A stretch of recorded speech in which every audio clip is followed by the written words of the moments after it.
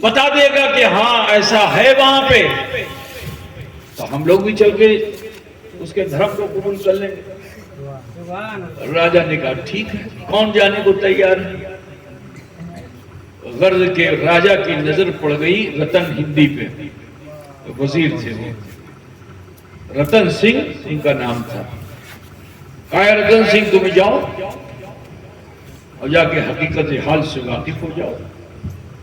اب رتن سنگھ جو ہے وہ چلے، اپنے کچھ ساتھیوں کو لے کر مکے پہنچے۔ جب مکہ میں پہنچے تو دیکھتے کیا ہیں کہ ایک طرف تو لوگ کعبے کا طواف کر رہے ہیں، تو یہ طواف کرنا ہندوستان کے لوگوں کی کوئی خاص بات نہیں، یہاں تو گاچ کا چکر لگاتا ہے نا، گاچ کے چکر لگائے گا تو پتھر کا چکر لگائے گا تو مندر کا چکر لگائے گا۔ پریکرما بہت ہے بھارت میں، 1 کوس کی پریکرما تو 2 کوس کی پریکرما تو 14 کوس کی پریکرما، پورے بھارت کی پریکرما، بات سمجھ رہے نا؟ یہاں پریکرما کا مطلب جو طواف، تو وہ تو ان کی نظر میں آیا نہیں، لیکن دیکھا کہ ایک شخص بلند مقام پہ ہے اور اس کے گردا گرد لوگ پروانوں کی طرح نثار ہیں، بڑا ہی حسین ہے، چاند بھی شرما جائے جس کے چہرے کو دیکھ کر، سورج بھی شرمندہ ہو جائے جس کے چہرے کو دیکھ کر۔ تو کہا وہ بھی چلے۔ اسی مجمع میں جیسے ہی ڈھکے رسول پاک نے دیکھ لیا، اب جو دیکھا تو سنسکرت بھاشا میں کلام کیا، دیکھنے آشو تمہاری، اب جو سنسکرت بھاشا میں کلام کیا تو آپ کو بڑی حیرت ہوئی کہ عرب دیش کا رہنے والا ہمارے دیش کی بھاشا بولے، اب وہ بھی لٹریری بھاشا بولے، سادھو بھاشا بولے، کچھ نہ پوچھا نہ جانچا، سیدھا جا کے قدموں پہ نثار ہو گئے، پڑھ لیا کلمہ لا الہ الا اللہ محمد رسول اللہ۔ جب مسلمان ہو گئے تو اپنی تھیلی میں سے حضور کی بارگاہ میں نذرانہ پیش کیا، اور اس زمانے میں حضور اپنے صحابہ کو یہ شکشا دے رہے تھے کہ تحفہ دو اور تحفہ لو، محبت میں اضافہ ہوتا ہے، کیونکہ عرب کے سماج میں تو چھیننے کی عادت تھی نا، تمہارے ہاتھ میں ٹکا لے لیا، چھین لیا، یہ بہادری تھی۔ جو جتنا بڑا چھنتائی کرنے والا ہو وہ اتنا بڑا بہادر تھا عرب میں۔ اور میرے نبی نے کیا تہذیب دی کہ تحفہ دو اور تحفہ لو۔ ابھی حضور یہ تہذیب دے ہی رہے ہیں کہ یہ نو وارد جو ہے، جو پہلی مرتبہ آیا ہے جس نے نبی کی اس تہذیب کو جانا بھی نہیں ہے، اس نے جیب سے نکالا اور کچھ تحفہ پیش کیا۔ کچھ روایتوں میں آیا ہے کہ اس میں ایک چیز پان بھی تھی، پان، کیا؟ ہرا پتا۔ حضور اکرم صلی اللہ علیہ وسلم نے جو اس کا یہ عمل دیکھا، اتنا خوش ہوئے، اتنا خوش ہوئے، فرماتے ہیں کہ اے رتن، عبداللہ نام رکھا رسول پاک نے، کہا اے رتن تم کیا چاہتے ہو؟ آج جو مانگو گے عطا کر دیا جائے۔ شیٹا تمہیں مانگویں، شیٹا ہمیں دیے دیبو۔ تو بنگالی مانوش ہوتا تو اپنی مرضی کا مانگ لیتا، کہا حضور ہمیں کہ ایٹا دین، ہے نا؟ لیکن وہ بڑوں کی صحبت میں رہنے والا، راجہ کے ساتھ رہنے والا، اسے معلوم ہے کہ بڑوں کو کیسے راضی کیا جاتا ہے۔ کہا حضور جدی آمی سوریو مانگبو সেটা আপনার জুতার ধুল, সেটা আপনার জুতার ধুলা।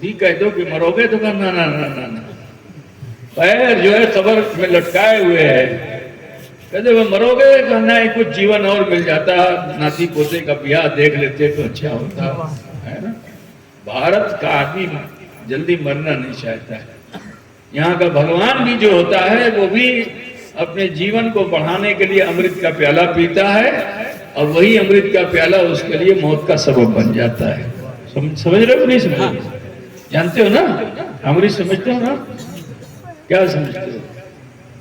یہاں تمہارے وہاں اس کی بڑی پوجا ہوتی ہے پورے دیش میں، پورے ملک میں، اس کی گردن میں سانپ لپیٹا رہتا ہے نا، اس کی پیشانی پہ ایک الگ سے فوٹو میں دیکھا ہے آنکھ دکھائی دیتی ہے۔ تو سوچو وہ چاہتا تھا کہ مجھے جیون مل جائے، میں آجیون ہو جاؤں، لیکن موت تو لازمی ہے نا، بھگوان ہو چاہے بھگوان، مرنا تو سب کو ہے، بات سمجھ رہے ہیں نا۔ لیکن میرے نبی نے فرمایا تم بھارت کے رہنے والے ہو، زندگی چاہتے ہو جاؤ، میں نے تمہیں زندگی بخشی، لیکن میں تمہیں کچھ تحفہ دیتا ہوں، امانت کے طور پہ رکھنا، میری آل تم سے ملے گی، جب میری آل تم سے ملے تو میرا یہ تحفہ اسے دے دینا۔ حضور نے اپنا تاج دیا، امامہ دیا، اپنا جبہ دیا، اسے لے کے جاؤ۔ اب وہ لے کر کے آئے، جب یہاں ہندوستان پہنچے تو راجہ بھوج مر چکا تھا، سارے وزیروں نے اپنے اپنی خود مختار حکومتیں بنا لی تھی، ٹکڑے ٹکڑے میں بٹ گیا تھا دیش، سمجھے نا؟ جیسے تمہارا بگیچہ پور کا حال ہے ایسے ہی ہو گیا تھا، سمجھے نا؟ ٹکڑے ٹکڑے میں بٹ گیا تھا۔ جب اختیار پاور کسی کے پاس ملتا ہے تو یہی ہوتا ہے، پھر وہ 1 2 3 4 نہ جانے کتنے ٹکڑے ہوتے ہیں۔ ٹکڑوں سے بچو، ٹھیک ہے نا؟ یونائٹ رہو گے تو پاور رہے گا، شکتی رہے گی۔ میرے جملوں پہ غور کرو گے تو ہو سکتا ہے کہ اللہ ہدایت کی توفیق عطا فرمائے۔ تو بہرحال میں کہہ رہا تھا کہ اب راجہ بھوج تو مر چکا تھا، سب خود مختار حکومتیں چھوٹی چھوٹی بن چکی تھی، یہ رتلام ہے تو وہ اندور ہے تو وہ جین ہے، یہ اسی علاقے کے راجہ تھے، ٹھیک ہے نا؟ نام سنا ہے سب، مدھیہ پردیش کا ایسا علاقہ ہے، اسی علاقے کے وہ راجہ تھے۔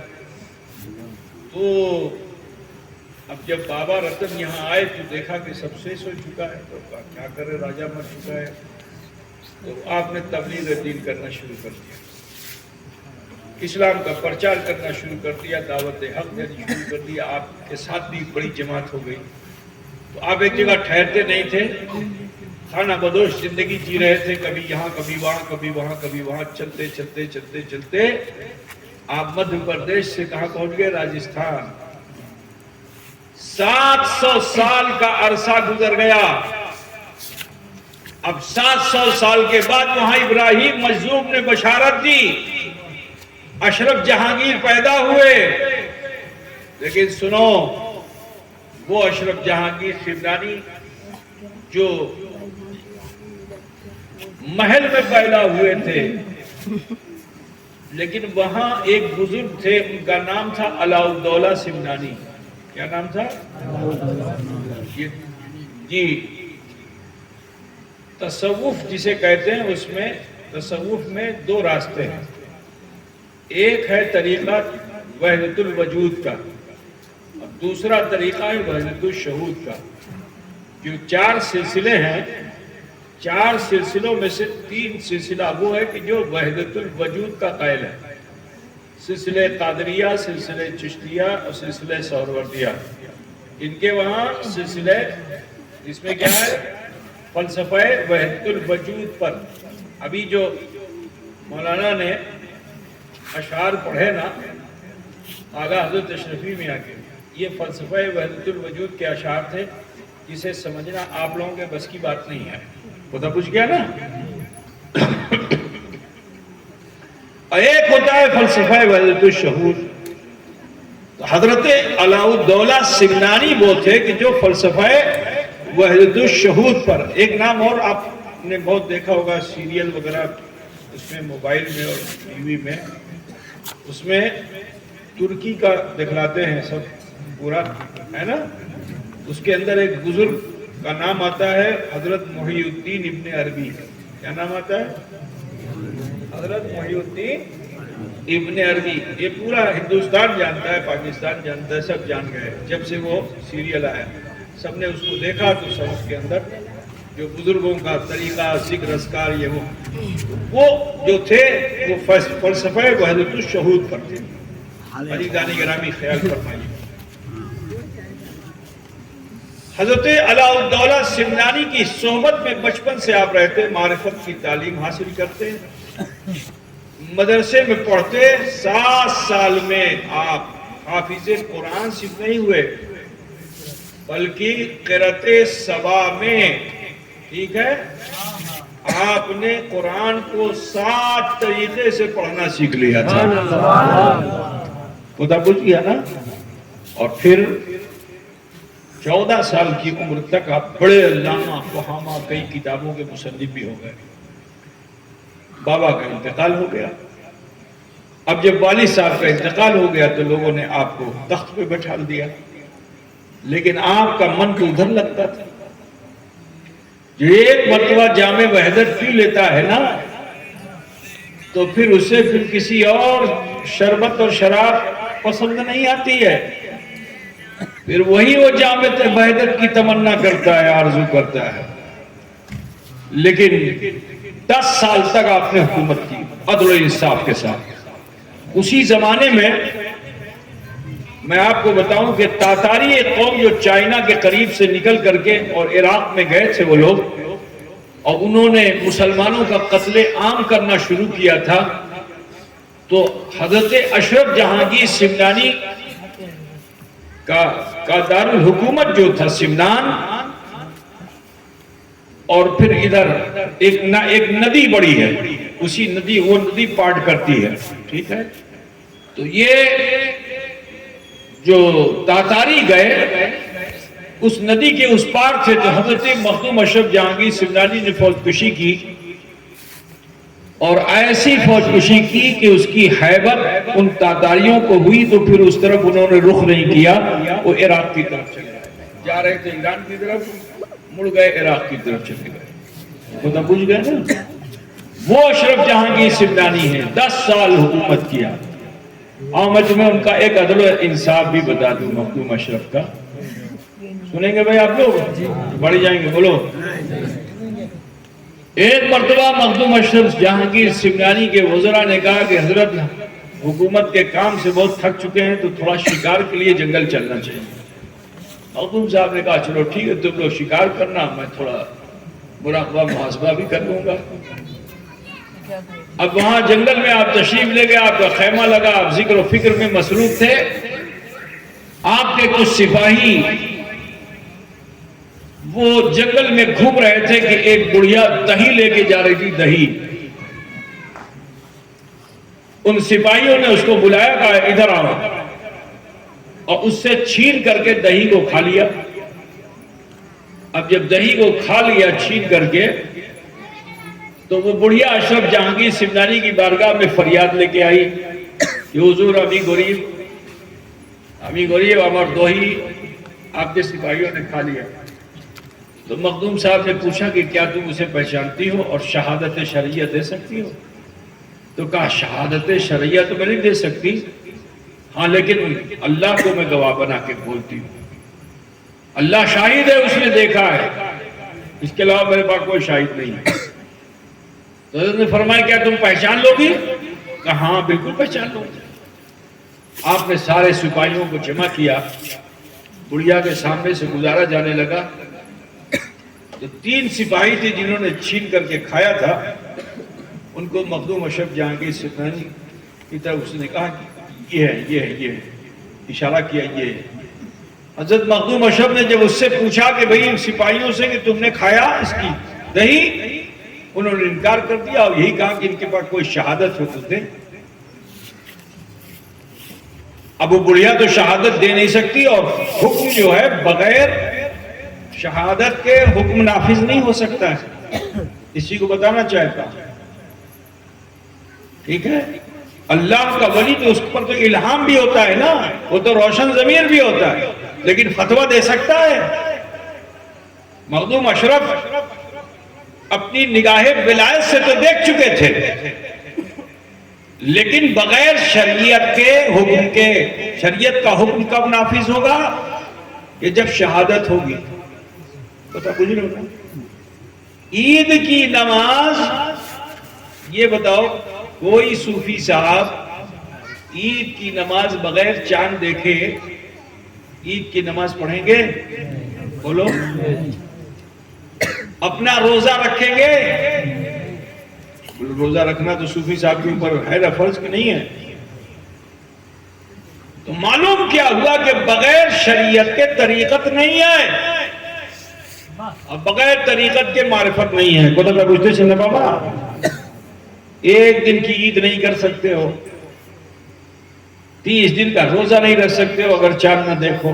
خدا کا پوچھتے چلے بابا، میرے عزیز سماعت فرمائیے، حضرت مخدوم اشرف جہانگیر سمنانی کے سامنے یہ مسئلہ ہے، اس کا فیصلہ کیسے کیا جائے؟ دیکھو آپ تو باب العلم کی اولاد تھے نا، حضرت علی نے بھی حضرت عمر فاروق کے فیصلے کو روکا تھا اور یہ کہا تھا کہ اس کو سنسار کرنے کا حکم مت دیجئے کیونکہ اس کی پیٹ میں بچہ پل رہا ہے۔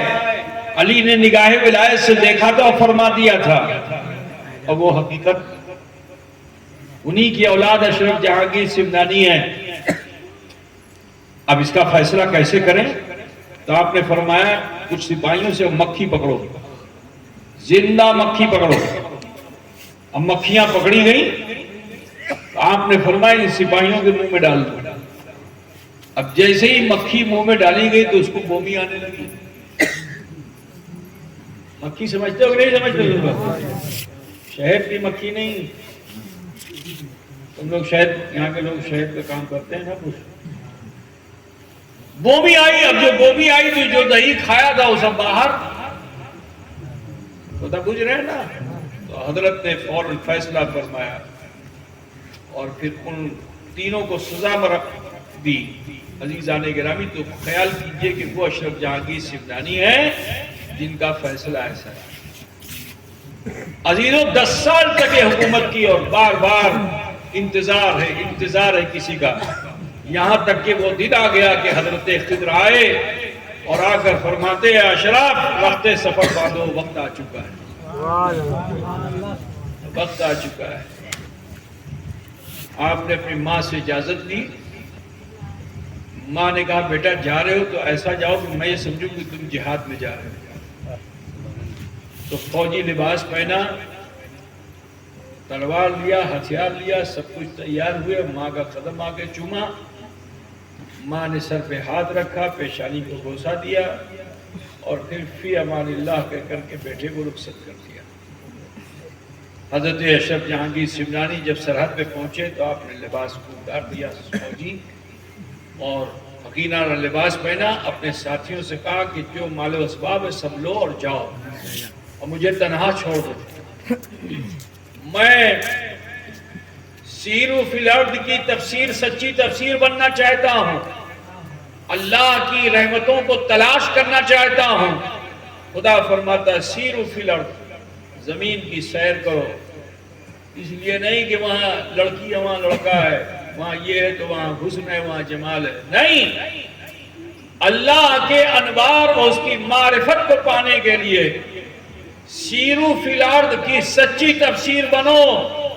اس لیے قرآن ایک مقام پہ کہہ رہا ہے وَابْتَغُوا مِن رَحْمَتِ اللَّهِ، اللہ کی رحمتوں کو تلاش کرو۔ تو یہ رحمت حق ملے گی کہاں؟ جب آپ توکل اور قناعت کر کے مسافرت کی دنیا میں چلے جاؤ گے، جب مسافر بن جاؤ گے۔ اللہ کی معرفت حاصل کرنے کے لیے پیٹ بھرنا نہیں ہے، پیٹ خالی کرنا ہے، تب اللہ کی معرفت حاصل ہوتی ہے۔ تو مجھے چننا بابا، مرغ و ماہی کھا کے کوئی عارف نہیں ہو سکتا ہے، بدل کچھ تو اس کے لیے فقر و فاقہ حضرت اشرف جہانگیر سمنانی نے سفر فرمایا اور پوری دنیا کا ایک بار نہیں 3 مرتبہ سفر کیا، 3 مرتبہ بھرمڑ کیا، 3 مرتبہ سفر کیا پوری دنیا کا اللہ کی معرفت کو حاصل کرنے کے لیے۔ اور آج کل کچھ نادان ایسے ہیں کہ 1 ہی گھنٹے میں معرفت حاصل کر لیتے ہیں، ہے نا؟ 1 گھنٹہ بھی نہیں لگتا، کہتے ہیں ہم تو ہمیں معرفتی اچھی، بڑے دیوانے ہیں، وہ جھوٹے ہیں۔ ویل یومئذ للمکذبین، ویل ہے جہنم کا سب سے نچلا حصہ ہے ان کے لیے کہ جو جھوٹ بولتے ہیں۔ قدرتا بجھتے چھنا ہوگا، جھوٹوں کے لیے جہنم کا سب سے نچلا حصہ ہے۔ حضرت اشرف جہانگیر سمنانی پھر بھی منزل نہ پا سکے، سوچو 3 بار پوری دنیا کا بھرمڑ کیا، حتیٰ کہ پھر بھارت ورش میں ہندوستان میں تشریف لائے۔ تو میں بتانا چاہتا ہوں اس مقام پہ پہنچے جہاں بابا رتن ہندی، وہ جگہ ہے بھٹنڈا، پنجاب اور ہریانہ اور راجستھان کے بارڈر پہ جگہ کیا ہے؟ بھٹنڈا۔ وہاں حضرت بابا رتن ہندی ہیں۔ آپ جب پہنچے تو دیکھا کہ کچھ اسلامی صورت والے مسلمان وہ موجود ہیں، تو آپ کو خوشی ہوئی کہ یہاں کم سے کم مسلمان تو ملے گا۔ ہر طرف دیکھو تو تلک دھاری، جنیو دھاری، ہے نا، نہ جانے کیا کیا بھاری، ہے نا۔ اب اس دیش میں سوچئے کچھ مسلمان جو ملے تو مخدوم اشرف کو بڑی خوشی ہوئی۔ آپ قریب گئے، السلام علیکم السلام، کہا آپ لوگ کون ہیں؟ تو انہوں نے فخر سے کہا الحمدللہ ہم لوگ مسلمان ہیں، تابعی ہیں۔ تو مخدوم اشرف کو بڑی حیرت ہوئی کہ اس زمانے میں تابعی ہے، تو تابعیوں کا زمانہ نہیں ہے۔ تو آپ نے پوچھا تابعی کیسے ہو؟ کہا اس لیے کیونکہ ہم ایمان کی حالت سے روزانہ صحابی کی زیارت کرتے ہیں۔ صحابی کہاں ہیں؟ تو اتنے بوڑھے ہو چکے تھے کہ بدن ان کا سکڑ گیا تھا، ان کو روئی کے گالے میں لپیٹ کر کے رکھے تو خالی سانس آتی جاتی تھی بس۔ ایک بڑا سا بانس کا چھیکا بنا دیا تھا اور اسی میں ان کو لٹا کر کے ٹانگ دیا جاتا تھا۔ کہاں ہے؟ یہ اتارو۔ اب جو اتارے گئے تو حضرت مخدوم اشرف جہانگیر سمنانی نے جیسے ہی دیکھا فرماتے ہیں السلام علیکم یا بابا رتن۔ تو وہ کہ جو کسی کی نہیں سنتے تھے، ولی را ولی میں شناست، ولی ولی کو پہچانتا ہے، جیسے ہی سلام کیا اب تک تو سنائی نہیں دیتا تھا، 700 سال کی عمر تھی، لیکن اسی آواز کے تو انتظار میں تھے۔ جیسے ہی یہ آواز ان کے کانوں سے ٹکرائی، چہرے کو گھمایا، اشرف پہ نظر ڈالی، فرمایا وعلیکہ السلام یا سیدی۔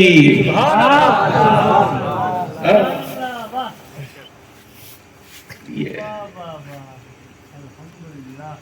مصافحہ ہوا، کہا آپ آل نبی ہیں، میں نے آپ کے نانا کے ہاتھوں پہ اسلام قبول کیا ہے، اب میرے مرنے کا سمے آ گیا ہے۔ اب میں یہ چاہتا ہوں کہ جب میں محشر میں پہنچوں تو 1 نہیں 2 گواہ پیش کروں رب کی بارگاہ میں، 1 نہیں 2 گواہ پیش کروں، نبی کو بھی پیش کروں اپنے ایمان پر، اور آل نبی کو بھی پیش کروں اپنے ایمان۔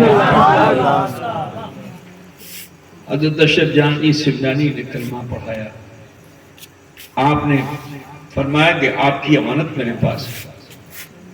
وہ بخشا اٹھا کے پیش کر دیا وہ امانت، کہا لیکن میری ایک خواہش ہے کہ آپ جو آل نبی ہیں اس لباس کو پہن لیجئے، آپ آل نبی ہیں اس امامے کو باندھ لیجئے۔ اشرف جہانگیر نے ایسے ہی کیا، امامے کو سر پہ باندھا اور لباس کو پہن لیا۔ اب جو پہنا تو یاد نبی کا غلبہ ایسا ہوا کہ آپ نے جو دیکھا تو یوں کہہ لو کہ مخدوم اشرف کے چہرے میں جلوہ مصطفیٰ انہیں نظر آ گیا، اور پھر ہاتھوں پہ ہاتھ رکھا، کلمہ پڑھا اور وصال فرما گئے۔ عزیزان گرامی، تو حضرت مخدوم سلطان سید اشرف جہانگیر سمنانی وہ ہیں۔ عزیزو، پھر بھی منزل نہیں ملی، پھر بھرمڑ کیا، چکر لگایا، لگاتے راستے میں ایک اور اللہ کے ولی تھے، ان کا نام تھا حضرت شرف الدین یحییٰ منیری. ابھی یہ جو شوال کا مہینہ چل رہا ہے نا، 6 شوال کو حضرت کا وصال ہوا تھا. کتنی تاریخ کو یاد رہے گا؟ بہار شریف میں، بہار پٹنہ کے آگے بہار شریف ہے نا، ایئرپورٹ کے پاس میں، وہیں حضرت کا مزار ہے شرف الدین یحییٰ منیری کا. بڑے پائے کے بزرگ ہیں. تو آپ نے وصیت کی تھی کہ دیکھو میری نماز جنازہ کسی سے ایسے سے مت پڑھوانا، اس سے پڑھوانا کہ جو سید السادات ہے، جو تارک السلطنت ہو، جو فقیہ اصل ہو، جو قاری قرأت سبا ہو، اس سے میری نماز جنازہ پڑھانا. اب جتنے مرید و خلفاء و خاندان والے تھے انہوں نے تو حضرت کی زندگی دیکھی تھی، جو کہہ دیتے تھے وہ ہوتا تھا. جب آپ کا انتقال ہو گیا تو سب کو یقین تھا وہ بزرگ آئیں گے ضرور جن کے لیے حضرت نے وصیت کی ہے. تو صبح کو انتقال ہوا تھا 6 شوال کو، اور شام تک لوگ جنازے کو لے کے انتظار کر رہے ہیں وہ آئے گا جس کی وصیت حضرت نے کی ہے. اب جب شام ہوئی تو حضرت اشرف جہانگیر سمنانی تشریف لائے تو لوگ بھاگ کر ان کے پاس گئے. جیسا چہرہ مورا حضرت شرف الدین یحییٰ منیری نے بتایا تھا ویسا پایا. تو لوگوں نے سوال کرنا شروع کر دیا، کیا آپ سید زادے ہیں؟ الحمدللہ. کہا کیا آپ قاری قرأت سبا ہیں؟ کہا تحدیث نعمت ہے. ٹھیک ہے، جو پوچھتے گئے آپ جواب دیتے چلے گئے. تو کہا چلیے ہمارے مرشد کا انتقال ہو گیا، نماز جنازہ پڑھائیے. آپ تشریف لائے، آپ نے ان کی اولادوں سے اجازت دی. ٹھیک ہے، بڑے سے بڑا قطب اور غوث بھی کسی کی مردے کی نماز جنازہ نہیں پڑھا سکتا جب تک کہ اس کا ولی اجازت نہ دے دے. وہ تو پوچھ رہے ہو نا؟ ہاں. تو حضرت اشرف جہانگیر سمنانی نے جاتی اور پھر نماز جنازہ پڑھائی. جنازے کی نماز جب ہو گئی تو قبرستان لے گئے، قبر میں ڈالا، مٹی بھی ڈال دی گئی. اب ایصال ثواب کے لیے جب لوگ جمع ہوئے اور حضرت اشرف جہانگیر سمنانی اس ایصال ثواب کے بعد بیٹھے مراقبے کے لیے، اچانک قبر سے ہاتھ باہر نکل آیا. تمہارے قبرستان میں اگر کسی کی ایک قبر سے ہاتھ باہر نکل آئے تو بولو تم لوگ رکو گے کہ بھاگو گے؟ بولو تھامے گا؟ لیکن جاؤ اخی پاک کے دربار میں، وہ اپنا قدم اگر پیش کرتے ہیں تو بھاگو گے یا اپنا بھاگو جگاؤ گے؟ کی کربے بھاگو جگاوے نا. تو حضرت شرف الدین یحییٰ منیری کا ہاتھ جو باہر آیا تو دیکھو شریعت اسی کا نام ہے. پیر اگر انتقال کر جائے تو مرنے کے بعد وہ مرید کسی کو نہیں کر سکتا. حضرت کے دل میں ایک مرتبہ خیال آیا کہ کیا یہی میرے پیر ہیں؟ مان شریعت نے روکا. کسی کو سمجھو آج جو شریعت کے خلاف آوازیں اٹھائی جا رہی ہیں ان کو سوچنا چاہیے. مان شریعت نے روکا کہ یہ تو ہو نہیں سکتا کہ مرر پورے کوئی مرید کر سکے. ہاتھ کیوں باہر آیا؟ تو آپ نے مراقبہ کیا. اب جو مراقبہ کیا تو ہم کلام ہو گئے. شرف الدین یحییٰ منیری نے فرمایا کہ میں تمہارا پیر نہیں، تمہارا پیر تو پورب میں ہے. میں نے ہاتھ اس لیے باہر نکالا ہے کیونکہ میں نے اپنے بچوں کو وصیت کی تھی کہ میرے پیر کی گدڑی میرے سینے پہ رکھ دینا، میرے پیر کا تبرک لباس میرے سینے پہ رکھ دینا، رسول پاک کا ناخن پاک میری آنکھوں پہ رکھ دینا، اور حضور کا منہ مبارک میری پیشانی پہ رکھ دینا. بچے بھول گئے. آپ مراقبے سے فارغ ہوئے، بچوں سے پوچھا تو سب کو حیرت ہوئی اور کہا کہ ہاں حضرت نے ایسا فرمایا تھا.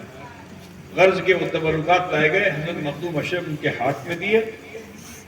عصا بھی ساتھ میں لائے تھے تو وہ عصا حضرت شرف الدین یحییٰ منیری نے مخدوم اشرف کو دے دیا. چھڑی جو آج بھی یادگار کے طور پر زیارت گاہ عام و خاص ہے کہ چوچہ مقدسہ میں حضرت شرف الدین یحییٰ منیری کی وہ چھڑی. وہ تھا بجھ رہے ہو؟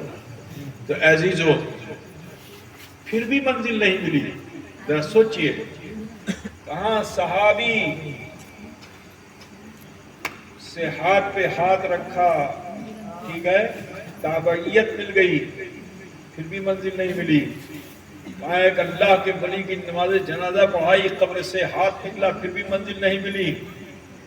کیونکہ منزل کو حاصل کرنے کے لیے مرشد کا ہونا ضروری ہے. جب تک کہ مرشد ہے حقیقی نہیں ملے گا، منزل مل نہیں سکتی ہے. حتیٰ کہ چلتے چلتے ایران سے بنگال آ گئے، اور پھر بنگال کی سرزمین پہ سنو وہ علاء الحق کہ جو اپنی خانقاہ سے باہر نہیں نکلتے تھے، خانقاہ سے باہر نہیں نکلتے تھے، وہیں پورا جیون ویتیت ہو رہا تھا ان کا. لوگ آتے تھے، آپ باہر نہیں جاتے تھے. بادشاہ آئے تو وہاں، بادشاہ کیوں آپ نہیں جاتے تھے. مرید آئے تو وہاں، مرید وہاں نہیں جاتے تھے. یہ علاء الحق پنڈری کا رواج تھا. ٹھیک ہے، لیکن جب اشرف جہانگیر سمنانی تشریف لانے لگے تو 7 دن پہلے، 7 دن سے آپ بس یہی رٹ لگائے ہوئے تھے، بوئے یار بھی آئے، بوئے یار بھی آئے، مجھے میرے دوست کی خوشبو آتی ہے، مجھے میرے دوست کی خوشبو آتی ہے.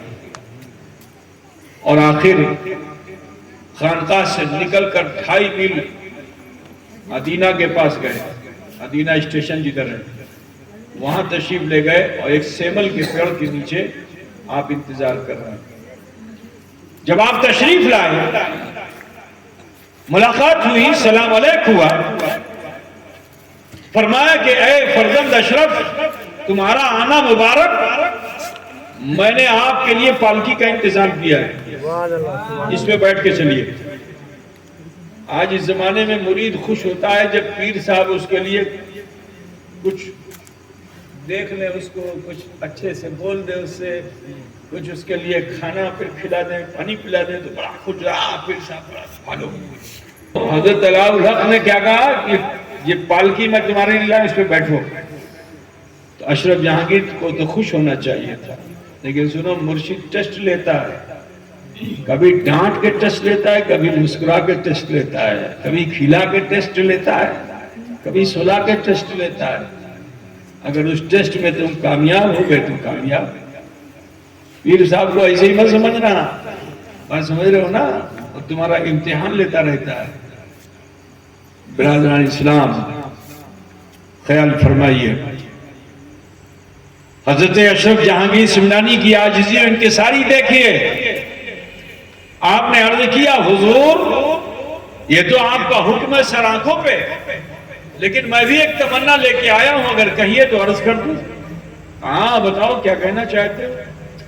کہا میری چاہت یہ ہے کہ آپ اس پالکی پہ بیٹھے اور میں کاندھا دوں. یہ نفس کا معاملہ. علاء الحق بیٹھ گئے، مخدوم اشرف نے کاندھا دیا، سفر ہوا، خانقاہ آئی. جیسے ہی دروازے پہ پہنچے آپ رک گئے، پالکی اندر چلی گئی. ایک بات بتاؤ، جو 7 دن سے کسی کا انتظار کر رہا ہو اور جب مل جائے تو اس کو چھوڑے گا؟ 3 دن پوچھا ہی نہیں، خانقاہ میں پالکی چلی گئی، 3 دن پوچھا ہی نہیں علاء الحق پنڈوی نے اشرف کہاں ہے. 3 دن کے بعد فرماتے ہیں کوتھا ہے اشرف. اس نے کہا حضور وہ تو خانقاہ میں آئے نہیں، دروازے پہ ہیں. تو آپ روتے ہوئے دروازے پہ گئے اور فرماتے ہیں اے اشرف، تیرا مقام قدموں میں نہیں ہے، چوکھٹ پہ نہیں ہے، تیرا مقام تو میرے سینے میں ہے. اے عزیزو، سینے سے لگایا، راز و نیاز جو کچھ تھا عطا فرما دیا. وہ سلسلہ اشرفیہ کے بانی بنے، اور اس سلسلے میں ایسے ایسے علامہ فہامہ اور صاحب کرامت بزرگ گزرے کہ اگر میں ان کے واقعے کو بیان کروں تو کئی مہینے گزر جائیں گے. بس تمہیں بتانا چاہتا ہوں کہ سلسلہ اشرفیہ میں ایک بزرگ ہیں، ان کا نام ہے حضرت شاہ فتح اللہ رحمۃ اللہ علیہ، زندہ پیر کے نام سے. شجرہ شریف جن کے پاس ہوگا تو اس نام کو دیکھیں گے. یہ بزرگ ایسے ہیں کہ ان کا انتقال ہو گیا بدھ کے دن. اب ہمارے وہاں بازار میں جو سب رہتے ہیں بنیے کافر لوگ، تو سبھی کھڑے ہوئے ہیں، عورت مرد سب کھڑے ہوئے ہیں، جنازہ جا رہا ہے. ایک عورت جو حاملہ تھی اس نے دھیرے سے کہا میاں بڑا نام آپ کا سنتے تھے، اب مرے تو کون سے دن مرے؟ اتنا کہنا تھا کہ حضرت جنازے میں اٹھ کے بیٹھ گئے. سبحان اللہ. اور فرماتے ہیں غیبانی بتا وہ کون سا دن اچھا ہوتا ہے. تو خوف سے اس کا حمل ضائع ہو گیا. اب وہ بولتی ہے کہ آپ کے وہاں تو جمعہ جمعرات اچھا ہوتا ہے. آپ نے فرمایا اچھا جنازہ میرا واپس لے چلو اور میرا انتقال جمعے کے دن ہوگا. جمعے کے دن میرا انتقال ہوگا. خاندان میں جو لوگ بچے ان کو بھی بلا لو. حتیٰ کہ پھر جمعے کو آپ کا انتقال ہوا. اور آپ کی قبر انور جو ہے وہ کچوشے شریف جو لوگ گئے ہوں دیکھا ہوگا، ایک جگہ ہے چلہ خانہ جہاں لوگ دیکھتے ہوں گے کہ بھوت شیطان سب جگتے ہیں. اسی کے بغل میں ایک چھوٹی سی قبر ہے. پہلے وہاں مسجد کا راستہ تھا، وہی حضرت کا چلہ خانہ تھا. تو حضرت نے وصیت کی تھی کہ میری قبر یہیں بنائی جائے. اب وہ معاملہ ڈسپیوٹ یہ ہوا کہ مسجد کا راستہ ہے اور راستے میں قبر کیسے بنے گی. اب ہو گیا معاملہ، قبر کھد گئی، سب کچھ ہو چکا، نماز جنازہ پڑھایا جا چکا، لیکن دفن ہونے میں اختلاف. ہوبے نہ کنو ہوبے سمجھ رہے نا. آخر کار جب دیکھا کہ معاملہ لڑائی جھگڑے پہ چلا جائے گا تو آپ پھر جنازے سے اٹھے اور قبر میں جا کے لیٹ گئے اور فرماتے ہیں لوگوں آؤ مجھے مٹی دو. یہ وہ خاندان ہے. اب بہت دور مت جاؤ اور میں قریب میں بتا دوں بات کو سمیٹ کر کے کہ حضرت اشرف الاولیاء کے جو والد گرامی تھے حضرت تاج الاسفیاء رحمۃ اللہ علیہ، بڑے صاحب زبان بزرگ، جو کہہ دیتے تھے وہ ہو جاتا تھا. جن علاقوں میں ادھر بہار میں تشریف لائے آپ، آج بھی ان کے واقعات بہت مشہور ہیں. بھاگلپور میں، سہرسہ میں، ان سب علاقوں میں. تو سہرسہ ضلع میں سمری بختیار پور کا علاقہ ہے، وہاں ایک چھوٹا سا گاؤں ہے پہلام ہے. بڑے سرمایہ دار لوگ، زمیندار لوگ رہا کرتے ہیں. لیکن حضور اشرفی میاں کا قیام ایک غریب گھر میں ہوتا تھا. نسباً سب ایک تھے لیکن وہ غریب تھے. حضرت کا قیام انہیں کے وہاں ہوتا تھا. حضرت کے وہ خلیفہ تھے شاہ احسان الدین صاحب. میرے دادا تاج الاسفیاء رحمۃ اللہ علیہ جب فرنگی محل سے فارغ ہو کر اپنے والد کے ساتھ سفر پہ آئے تو انہیں کے وہاں قیام ہوا. اب حضرت نے دیکھا کہ ان کے خاندان کے سارے لوگ تو دولت مند ہیں، بڑی بڑی کوٹھیاں ہیں، بیچارے جھوپڑی والے ہیں. تو آپ کو بڑا احساس ہوا. نوجوان تھے ہی 16-17 سال کی عمر کے. تو صبح فجر کا وضو آپ نے فرمایا اور وضو سے زمین جو بھیگ جاتی ہے، مسواک کی تھی نیم کے گاچھ کی، مسواک ہوتی ہے نا، مسواک کی، اور پھر اس مسواک کو آپ نے زمین میں گاڑ دیا اور فرمایا حسام الدین دیکھو اس کی حفاظت کرنا. جب یہ گاچھ ہو جائے گا اور اس میں ہاتھی باندھو گے تب فقیر کو بلانا. ٹھیک ہے. حسام الدین مرید ایسا ہوتا ہے، آج کا ہوبے نا بولے گا، یہ نہ ہوبے نا. لیکن وہ مرید تھے. پیر زادے کی بات پہ ان کا کتنا یقین تھا کہ آپ نے اس میں پانی ڈالا حتیٰ کہ وہ گاچھ بن گیا. اور اللہ نے اسی کے ساتھ ساتھ ان کو دولت سے بھی نوازا. ہاتھی کا کاروبار کرنے لگے. لا کر کے جیسے ہی ہاتھی باندھا اس گاچھ سے، اسی نیم کے پیڑ سے باندھا. زمانہ گزر گیا، بھول گئے کہ پیر صاحب نے کیا کہا تھا. جب دولت آتی ہے نا، ٹکا پیسہ آتا ہے، انسان بہت کچھ بھلا ڈالتا ہے. ٹھیک ہے نا. اب جب ٹکا پیسہ آیا بھول گئے. ہاتھی جیسے ہی باندھا بیمار پڑ گیا. ہاتھی جب بیمار پڑتا ہے تو اپنے سونڈ سے کوئی چیز اٹھا کے کھاتا نہیں. بہت علاج معالجہ کرایا مگر ٹھیک نہ ہوا. تو آخر ایک روز سپنے میں دیکھا حضور تاج الاسفیاء کو کہ تم نے ہاتھی باندھ لیا اور فقیر کو پوچھا نہیں. آنکھ کھلی اسی سمے تیار ہوئے کجور سے پہنچے. اس وقت مخدوم اشرف کا عرس تھا. حضرت کے سامنے جیسے ہی آئے تو سوچئے 20 سال کی بات ہے، آپ نے کیسے انہیں پہچان لیا اور فرماتے آؤ شام الدین میں آؤ، ارے پریشان مت ہو، تمہارا ہاتھی نہیں مرے گا، تمہارا ہاتھی نہیں مرے گا، اور فقیر ابھی نہیں جا سکتا ہے، مرشد کا عرس، شیخ کا عرس ہے، عرس کر کے تب چلے گا۔ درج کے گجوشے کا عرس ہوا، اس کے بعد پھر سفر، اس زمانے کا سفر تو کئی دنوں کا ہوتا تھا۔ بہرحال پہنچے، آپ آئے، یہاں ہاتھی دیکھا، کہا گڑ لے آؤ، گڑ لے آئے گے، آپ نے دم کیا، دم کر کے ہاتھی کے سونڈ پہ جیسے رکھا، اس نے اٹھا کے کھا لیا۔ فرمایا اسے بیچنا نہیں، تو پڑھے اور شکشت لوگ بھی وہاں تھے، انہوں نے کہا حضرت کیوں نہ بیچا جائے؟ کہا بس فقیر کہتا ہے اس لیے مت بیچنا، لیکن لوگ اصرار کرنے لگے، حضرت بتائیے اس میں راز کیا ہے؟ تو حضرت نے فرمایا کہ اس میں راز یہ ہے کہ اس کی پیشانی میں گج متا ہے، جیسے گائے لوشن ہوتا نا، اسی طرح ہاتھی کی پیشانی میں گج متا ہوتا ہے، جو ہیرے جواہرات سے بھی زیادہ مہنگا ہوتا ہے، بہت ہی مہنگا ہوتا ہے، گج متا ہے۔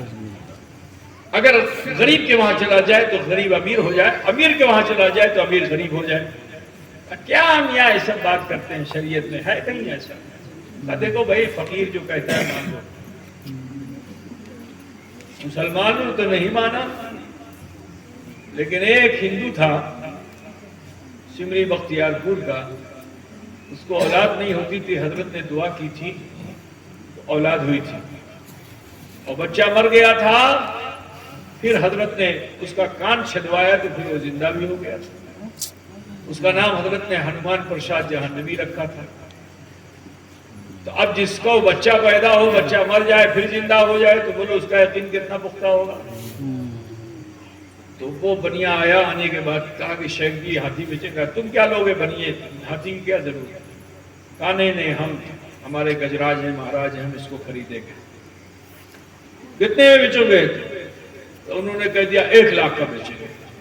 ایسے ہی 50,000 وہ لے کے آئے تو اس نے اسی سمے دے دیا، کہا 50,000 سمری بختیار کو، ہاتھی ہمارے ساتھ۔ اب زبان دے دی تھی، دے دیا ہاتھی۔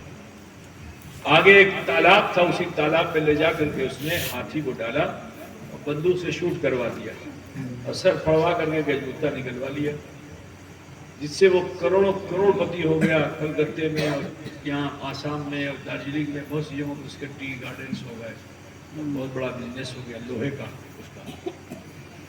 عزیزان گرامی، وہ تاج الاصفیاء، ذرا سوچئے کہ جو مسواک گاڑ دیں تو نیم کا گاچھ ہو جائے، ان کے بیٹے کا نام اشرف الاولیاء، سبحان اللہ، جن کے دامن سے تم وابستہ ہو، ان کی کیا کیا کرامتیں میں بتاؤں؟ میں تو بس اتنا کہنا چاہوں گا، ان کی سب سے بڑی کرامت مخدوم اشرف مشن ہے، کھلی ہوئی کرامت ہے مخدوم اشرف مشن۔ کوئی بھی ادارہ نہیں چل سکتا جب تک اس میں دھان نہ آئے، جب تک اس میں آم نہ آئے، جب تک اس میں فطرہ نہ آئے، جب تک اس میں زکوٰۃ نہ آئے، ہے نا؟ کوئی ادارہ نہیں چل سکتا۔ اس کے لیے آدمی کو دوڑنا پڑے گا، مولانا صاحب جائیں تو کوئی بھی آدمی جائیں، جا کے اصول ہے۔ حضرت نے اس سسٹم کو رکھا ہی نہیں، اور آپ